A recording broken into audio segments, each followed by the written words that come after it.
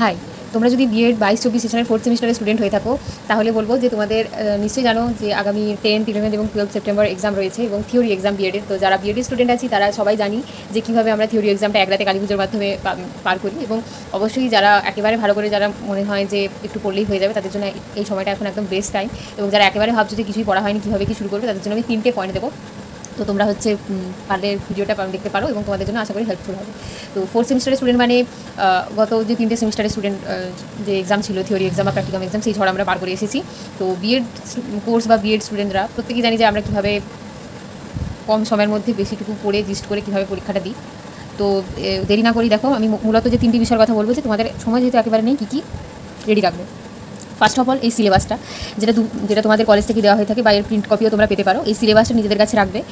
দ্বিতীয় জিনিস হচ্ছে যেটা রাখবে, সেটা হচ্ছে যে সব কিছু পড়ার আগে সিলেবাসটুকু দেখে নেবে। এবং দ্বিতীয় জিনিস যেটা রাখবে সেটা হচ্ছে যে এই যে কোনো একটা স্ক্যানার বা স্কলার, ঠিক আছে, এবং সাথে অবশ্যই বই। আমি আমার আগের ভিডিওতে দেখিয়েছিলাম, এটা ধরো আমার বই, ঠিক আছে। এবারে এই সংস্করণের পেজটা আমি হচ্ছে দেখাচ্ছি এই কারণের জন্য। দেখো এখানে হচ্ছে আমার চতুর্থ সংস্করণ, সেপ্টেম্বর 2023-24, অর্থাৎ একদম নিউ এডিশন।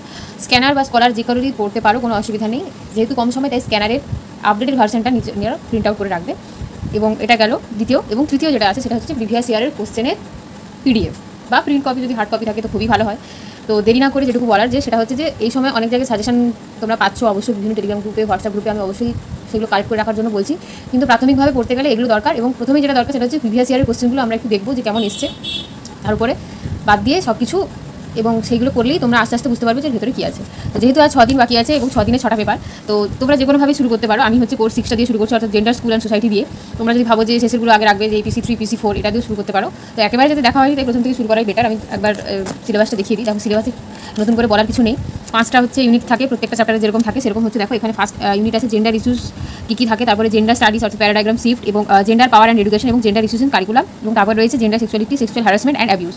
ঠিক আছে, এগুলো হচ্ছে তোমাদের বিএড কোর্স বলে নয়, এগুলো সাধারণ জীবনযাপনের ক্ষেত্রে জিনিসগুলো তোমাদের জেনে রাখা অত্যন্ত প্রয়োজন, যাতে তোমরা পরবর্তীকালে বাকি ছোটো কাউকে বা হচ্ছে যাবতীয় যাদের, তাদেরকে একটু অ্যাসিওর করতে পারো, যাতে তারা এই ধরনের অ্যাবিউসমেন্ট থেকে নিজেদেরকে রক্ষা করতে পারে, বা যদি এটার শিকার হয় তাহলে তারা যেন বুঝতে পারে। অনেক সময় আমরা বুঝতেই পারি না যে আমাদের সাথে কী হয়ে গেছে, এবং পরবর্তীকালে যখন আমরা সেটাকে রিয়েলাইজ করি, তার ছাপটা আমাদের সারা জীবন বয়ে বেড়াতে হয়। তো যেহেতু আমরা একটা টিচার কোর্সে পড়াশোনা করছো বা সবাই করছি, তো দেখো টিচার মানে যে শুধু ইনস্টিটিউশনের টিচার হতে হবে এরকম নয়, আমরা বাস্তব জীবনেও কারো না কারো টিচার হতে পারি, নিজের টিচার হতে পারে। তো এখানে দেখো এই যে স্কলারটা নিয়ে নিয়েছে, সেখানে দেখো লিঙ্গ, বিদ্যালয় এবং সমাজ, এখানে হচ্ছে এই 5টারই যে ইউনিটটা দেখালাম, সেই পিডিএফের হচ্ছে বাংলাটা লেখা আছে। তো এরপরে আমরা ডিরেক্ট চলে যাবো প্রিভিয়াস ইয়ারের কোশ্চেনে কী কী আছে সেটা দেখার জন্য। তো তোমরা দেখতে থাকো ভিডিওটি। তো দেখো প্রথমেই চলে এসেছি 2018 প্রশ্ন নিয়ে। এখানে হচ্ছে জেন্ডার, স্কুল অ্যান্ড সোসাইটি 1.4.6, ঠিক আছে। এখানে হচ্ছে দেখো শর্ট প্রশ্ন লেখা আছে যে mention any two difference between sex and gender. এটা খুবই ইম্পর্টেন্ট, অর্থাৎ সেক্স এবং লিঙ্গের মধ্যে যে কোনো দুটি পার্থক্য লিখুন। এটা 2 নম্বরের প্রশ্ন, এবং এটা আমি পেয়ে গেছি। এই প্রশ্নটা আমি একবার আমার স্ক্যানারে দাগ দিয়ে দেবো, যেখানে বলা হচ্ছে যে এই উত্তরটা আমি পড়বো এবারে। তারপরে দেখো বলেছে যে স্বামী বিবেকানন্দের দৃষ্টিভঙ্গি অনুসারে শিক্ষার দুটি মুখ্য উদ্দেশ্য বিবৃত করুন।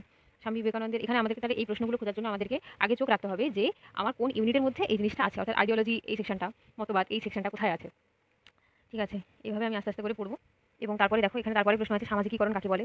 তারপরে রয়েছে যে তারপরে হচ্ছে দেখো লিঙ্গ পক্ষপাত জনিত সমস্যা হ্রাসের জন্য পরিবারের যে কোনো দুটি ভূমিকা। কিছু কিছু প্রশ্ন আমি প্রত্যেকবারই বলি যেগুলো নিজে থেকে লেখা যায়, আর কিছু প্রশ্ন আছে ধরো এই যে স্বামী বিবেকানন্দের দৃষ্টিভঙ্গি অনুসারে শিক্ষা দুটি মুখ্য উদ্দেশ্য বিবৃত করুন। এটা যদি তুমি না জানো এটা তো লিখতে পারবে না। বাকি যে জিনিসগুলো আছে সেগুলো হচ্ছে যে নারী ক্ষমতা কাকে বলে, যে কোনো দুটি যৌনতা সূচক অবাঞ্ছিত আচরণ লিখুন, দ্বন্দ্বের প্রাক্ষবিক উৎস হিসেবে উদ্বেগ কী, এগুলো হচ্ছে আমাদেরকে জানতে হবে। তারপর দেখো 5 নম্বরের প্রশ্ন সমাজ সংস্কারক হিসেবে বেগম রোকেয়ার অবদান বর্ণনা করুন। ঠিক আছে, তারপরে বলছে ধারাবাহিক হিংস্রতা সংস্থা হিসেবে কর্মক্ষেত্রের ভূমিকা আলোচনা করুন।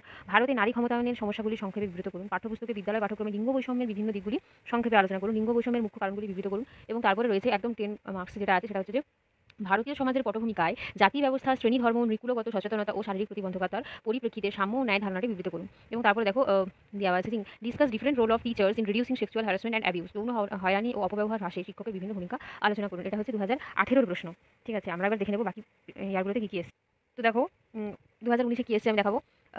জেন্ডার নর্মেটিভ বিহেভিয়ার কী, এবং mention 2 differences between transgender and transsexualism. তারপরে রয়েছে নারী ক্ষমতায়নে 4টি বাধার উল্লেখ করুন। তারপরে বলেছে হোয়াট ইজ জেন্ডার স্টিরিওটাইপ, অর্থাৎ জেন্ডার স্টিরিওটাইপ বলতে কী বোঝো। ঠিক আছে? যেমন ধরো ছোটবেলা থেকে অনেকেরই থাকে যে মেয়েরা মানেই পুতুল খেলবে, ছেলেরা মানেই ফুটবল খেলবে। কিন্তু উল্টোটাও তো হতে পারে, মেয়েরাও তো ফুটবল খেলতে পারে। তো এই যে রূঢ়িবদ্ধতা অর্থাৎ এই যে গোঁড়ামি, এটাকে বলা হচ্ছে জেন্ডার স্টিরিওটাইপ। মানে এটাকে বলা হচ্ছে স্টিরিওটাইপ। এবারে যখন কোনো একটা লিঙ্গভিত্তিক একটা স্টিরিওটাইপ ধারণা বেঁধে দেওয়া হচ্ছে তখন সেটাকে বলা হচ্ছে জেন্ডার স্টিরিওটাইপ। এবার দেখো নারীবাদী দৃষ্টিভঙ্গির প্রধান লক্ষ্যগুলি কী কী? তারপরে বলেছে বিদ্যালয় শিক্ষায় লিঙ্গ সমতা সৃষ্টিতে এনসিএফ এর 4টি বক্তব্য লিখুন।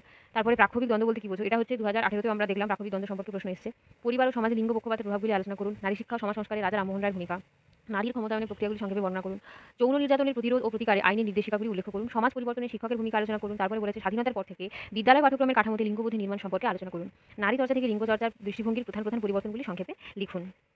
এবারে রয়েছে 2020 সালের প্রশ্ন। দেখো 2020 সালে কী কী এসেছে দেখে নেব।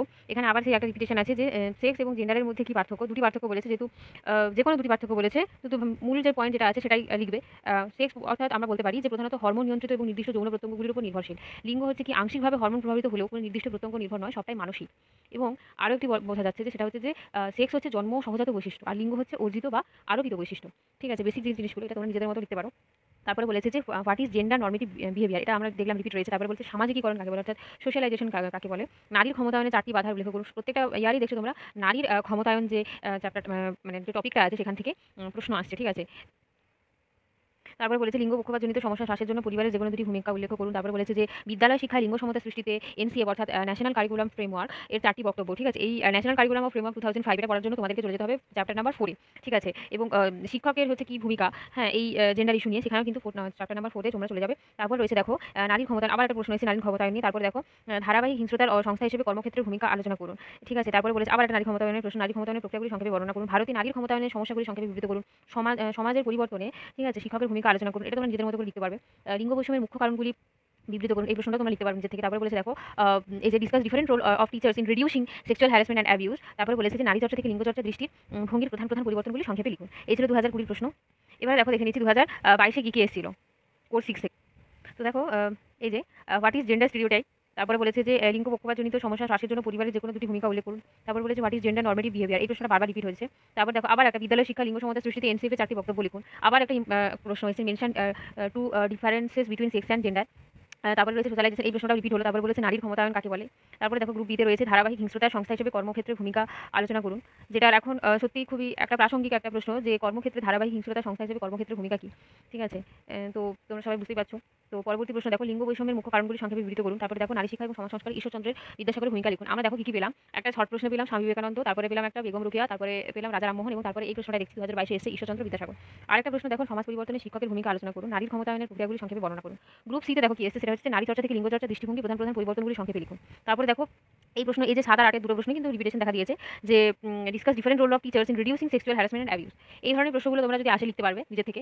এবারে দেখো আমরা চলে আসবো 2023 কি এসেছিল, অর্থাৎ একদম প্রিভিয়াস ইয়ারের কি প্রশ্নটা এসেছিল আমি দেখবো।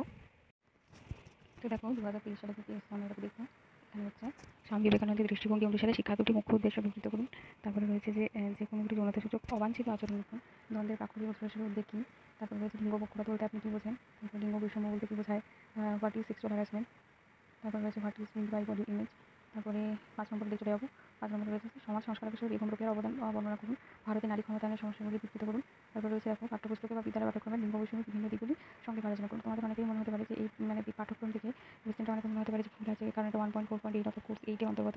কিন্তু না, এখানে দেখবে 4th চ্যাপ্টার যেটা এনসিএফ আছে, হ্যাঁ, সেই চ্যাপ্টারে বিদ্যালয় পাঠ্যক্রম বা এই সমস্ত কিছুতে লিঙ্গ বৈষম্য এইসব কিছু নিয়ে আলোচনা করা হয়েছে। তারপরে দেখো ধারাবাহিক যৌন মিশ্রতার একটি সংস্থা হিসেবে প্রচার মাধ্যমগুলির ভূমিকা আলোচনা করুন। তারপর রয়েছে দেখো রূপান্তরিত লিঙ্গ এবং তৃতীয় লিঙ্গ অর্থাৎ ট্রান্সজেন্ডার এবং থার্ড জেন্ডারদের মধ্যে তুলনা করো। তারপর রয়েছে দেখো গ্রুপ সিতে হচ্ছে ভারতীয় সমাজের পটভূমিকা, জাতীয় অবস্থা, শ্রেণী, ধর্ম, বিকুলগত সচেতনতা ও শারীরিক প্রতিবন্ধকতার পরিপ্রেক্ষিতে সাম্য ও ন্যায় ধারণাটি বিবৃত করুন। এবং তারপর রয়েছে নারী শিক্ষা এবং ক্ষমতায়নের উপর ভারতবর্ষের বিভিন্ন কমিশন ও কমিটির ভূমিকা সংক্ষেপে আলোচনা করুন। তো আমরা প্রায় দেখলাম যে বেশিরভাগ 2023 এর প্রশ্নগুলো 2018 মধ্যে রিপিটেশন ঘটেছে। তো তোমরা চাইলে এইভাবে প্রিভিয়াস ইয়ারের প্রশ্ন দেখে কোশ্চেনগুলো একটু আলোচনা করতে পারবে। তো দেখো 2023 অবধি প্রশ্নগুলো আমরা আলোচনা করলাম কোর্স 6 এ। তো এই বিগত কয়েকটা সেমিস্টার যদি তোমরা লক্ষ্য করো তোমরা দেখতে পাবে যে একদম টু দি পয়েন্টে অ্যান্সার কোশ্চেন কিন্তু আসে না। কিন্তু যদি তুমি প্রিভিয়াস ইয়ারের প্রশ্নগুলো করে যাও, ধরে নিচ্ছি আমি নোট করে গেলাম, কোনো সাজেশন ভিত্তিক পড়ে গেলাম, সেখানে কিন্তু অনেক সময় তোমাদের প্রশ্ন আসতেও পারে নাও আসতে পারে, কিন্তু সাজেশনটা অনেক সময় কাজে লাগে, কারণ যেহেতু কম সময়ের মধ্যে আমরা পড়ছি। তাই সাজেশন পড়া যাই বড়, এটাও তোমাদেরকে মাথায় রাখতে হবে যে নিজে লেখার ক্ষমতা কিন্তু আমাদের থাকতে হবে। অর্থাৎ সেই হিসাবেই তো ওরা প্রশ্নগুলো করে ইউনিভার্সিটি, যে তারা চেক করতে চায় যে একটা স্টুডেন্টের বা শিক্ষার্থী শিক্ষক শিক্ষিকাদের সৃজনশীলতার বিকাশ কতটা ঘটেছে, কোনো প্রশ্ন তারা কতটা নিজের বিচার বুদ্ধিতে তারা লিখতে পারছে, এই ধরনের প্রশ্নগুলি করা হয়ে থাকে। তাই বলে একেবারে যে আননোন প্রশ্ন দেওয়া থাকবে এরকমও নয়, তোমার পড়া প্রশ্নই তুমি প্রশ্নটা হয়তো ঘুরিয়ে দেওয়া থাকে এরকম ধরনের। তো চিন্তার কিছু নেই, সময় এখনও আছে। তোমাদের যে কোনো ধরনের অসুবিধা থাকলে অবশ্যই কমেন্ট করো। সবাইকে ধন্যবাদ জানিয়ে ভিডিওটি শেষ করছি।